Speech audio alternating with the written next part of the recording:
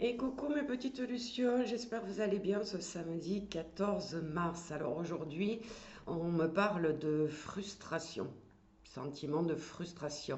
Certaines d'entre vous, alors évidemment ça ne peut pas parler à tout le monde, ressentent régulièrement de la frustration. Alors, la frustration, elle découle tout simplement de la sensation de ne pas avoir pu satisfaire vos désirs, vos besoins ou vos objectifs, ce que vous aviez projeté ou planifié n'a pas été accompli. Un sentiment de déception à ce moment-là va vous submerger.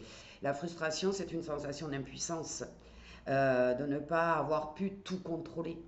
Donc on revient dans la personne qui est avec une blessure d'humiliation ou une blessure d'abandon, hein, avec le contrôle. En tout cas, vous n'avez pas pu avoir le contrôle sur cette situation comme vous l'auriez voulu et imaginé.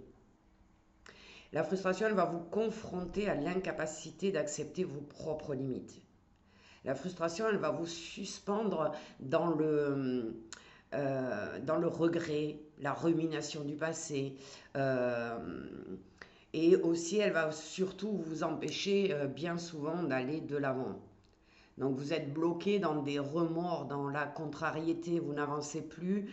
Tant que la frustration vous ronge de l'intérieur, eh bien vous ne pouvez plus euh, avoir confiance en vous, avoir une estime de vous qui soit suffisante pour continuer à faire des projets et avancer en se disant que c'est pas grave.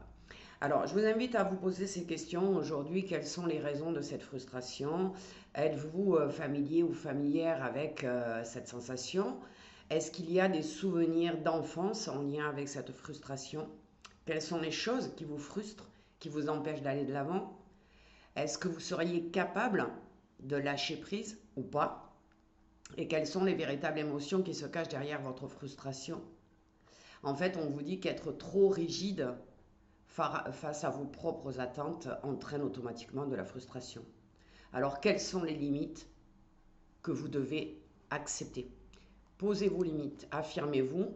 Et si vous répondez à toutes ces questions et vous vous rendez compte qu'effectivement vous avez un sentiment de frustration très profond et que vous ne savez pas comment vous en sortir, eh bien n'hésitez pas à contacter un professionnel, hein, une thérapeute, un thérapeute qui va pouvoir, en une séance en règle générale avec une bonne hypnose, ou alors si c'est des souvenirs d'enfance de l'EMDR, vous libérer de tout ça. Alors je vous souhaite une très belle journée d'introspection sur la frustration. À bientôt!